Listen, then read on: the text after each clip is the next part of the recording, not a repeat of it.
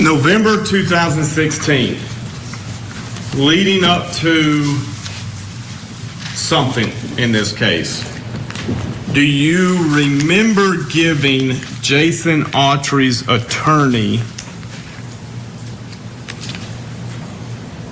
more discovery in this case? Just him.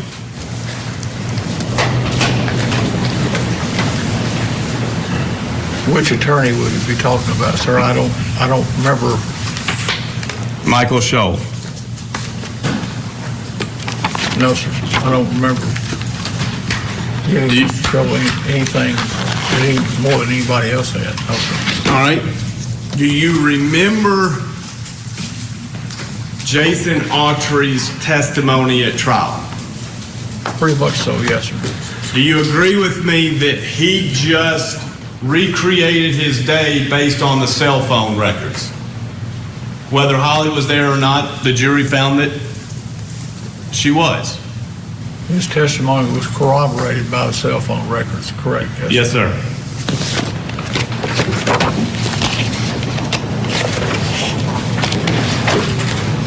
Chief, not done yet.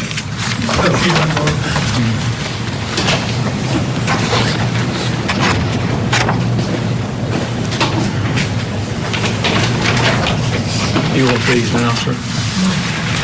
Those. Three of those. Yes. Well, now, Let's mark IR 3091, Exhibit 53. can you read IR 3091? Yes, sir.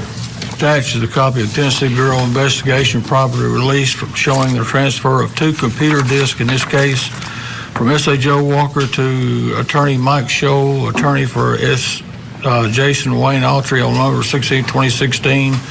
The defense had already received this information in their discovery given to them by ADA Jennifer Nichols, but because of the volume of information and the format it was given into them, they had been unable to find it. This information was given at the direction of ADA Nichols. A copy of the release form was scanned and incorporated in the case file as a related item.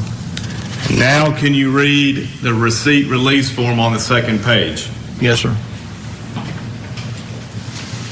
It's a disk of phone records containing 731-733-0191 with ZA, which would be Zach Adams, 731-733-2073 JA,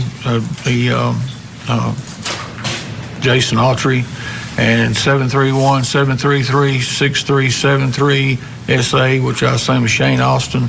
And number 2 would be a disk containing the phone records of Holly Bobo, 731-549-7352. I move to mark this into the next number. I made it Exhibit 53.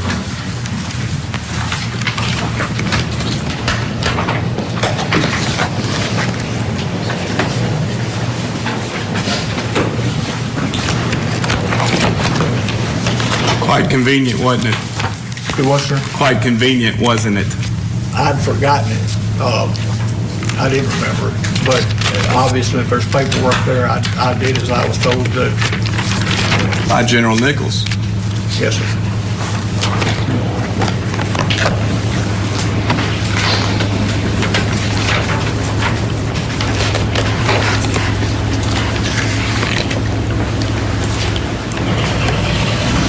If there is evidence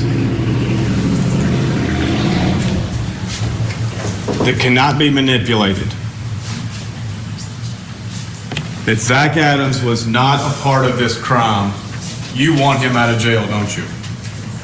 If Zach Adams was in jail unnecessarily, sir, I couldn't sleep at night.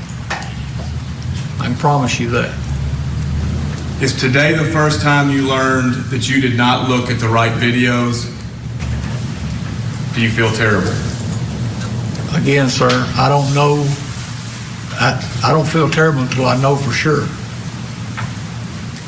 You're worried, aren't you? I would hate to think that it would be, but I'm not certain at this point. No, sir. Why was Autry's February 7th, 2017 statement, nor any statement he made recorded. I think his attorneys asked that it not be recorded. That's my recollection. I wasn't in, we traveled in tandem in different vehicles. I was not in the vehicle with Autry and his attorney. I was in a vehicle that followed behind, as well as SWAT from TDOC and other law enforcement people. We had a trail of cars that followed along. Did you pull out a handheld recorder and record it? I did not. Why not? His attorneys asked us not to, is my recollection.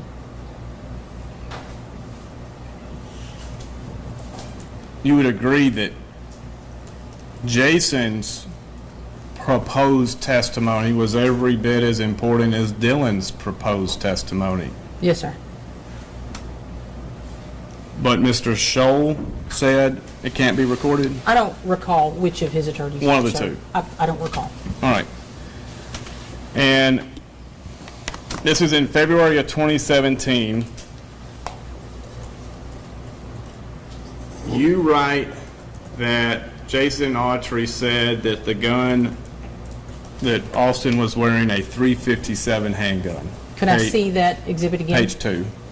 I've given it back. Madam Court Reporter, Exhibit 61.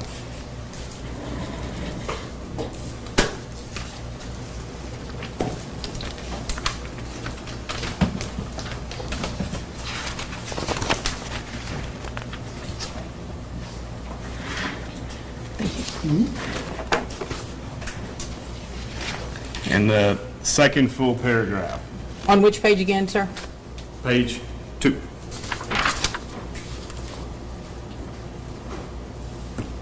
Do you want me to read it to myself or read it out loud? Just refresh yourself. You want to ask some questions on it? Yes, sir.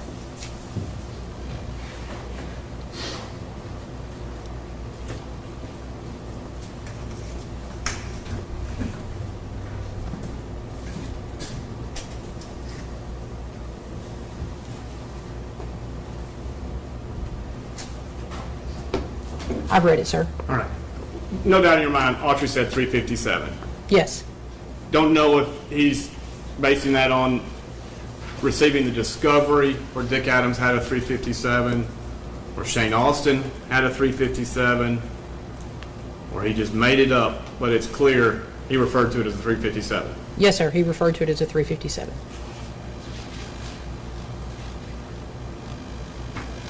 You were present in May during the Booth Dinsmore recording in May of 2017, right before the trial. Yes, sir. Do you, Agent Booth's handling of that concerning to you? No, sir. Dinsmore says it was a .38 revolver with a .357 interchangeable barrel. He discussed two different guns. One that was thrown in a pond or a lake, I believe, and then the one that had the interchangeable barrel. Yes, sir. And what was the one that was thrown in the water? I don't recall if it was a 25 or a 32. I just don't recall, Okay. sir.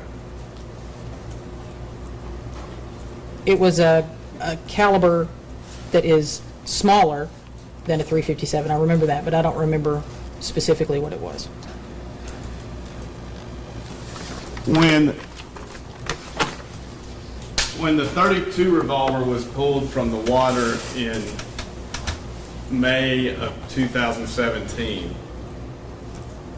did you ever go to the prosecution and say, I think we're being lied to?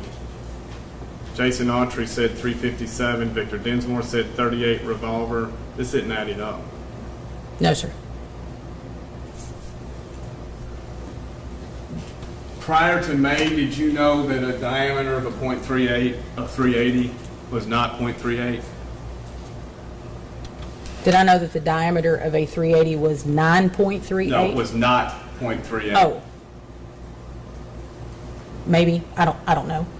I don't know when I learned that piece of information, the Okay. diameter of a .380 round. You've learned that it's generally .355. Yes, sir. When did you learn that, before the trial or after, in 2017? Probably after. In my personal life, I would have no reason to know the diameter of individual cartridges. And do you remember his testimony? He was asked by, I believe, Mr. Christensen. Direct examined him. Do you remember Mr. Christensen? Yes. Okay. He direct examined him and said, well, actually, this is Dr. Ross answering. What a .32 caliber bullet is, by my understanding, has a measurement diameter of .32 inches. Do you remember this testimony? I don't specifically remember it. By converting to inches, the size of the defect in the back of the skull, that's about a .36 inch defect. Do you remember this? It's in the transcript. Do you remember this testimony? Page number from you. 1147. I did go back and review his testimony before I came to testify today. Okay, so you remember this. Well, I don't remember specifically question for question, but yes, I remember them talking about the diameter and the size of the bullet diameter converted to Okay. English, not from metric to English measurements. Again, what page? 1147. May I continue, Your Honor? By converting to inches, the size of the defect in the back of the skull, that's about .36 inch defect. So anything .36 or smaller could have caused that defect. So that would be consistent with a .32 caliber bullet causing that defect. This is Dr. Ross testifying in front of the jury. Yes. Okay. And then General Christensen follows it up with, so anything larger than a .36 would likely not have caused that wound. Yes. You remember General Christensen's question, and do you remember Dr. Ross's answer? Yes. He said, correct. Anything larger than .36 would likely not have caused that wound. You mentioned earlier today Ms. Nichols' closing argument. Do you know exactly what Ms. Nichols said to the jury? I don't have any memory of exactly what she said.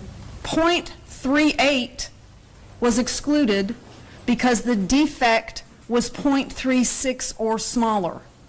That's what she said. That's consistent with what Dr. Ross testified to, isn't it? I don't have independent memory. I mean, you're telling me what he said. I don't specifically remember what numbers he testified to. Do you take issue with the transcript and record of the trial of State versus Zach Adams? No.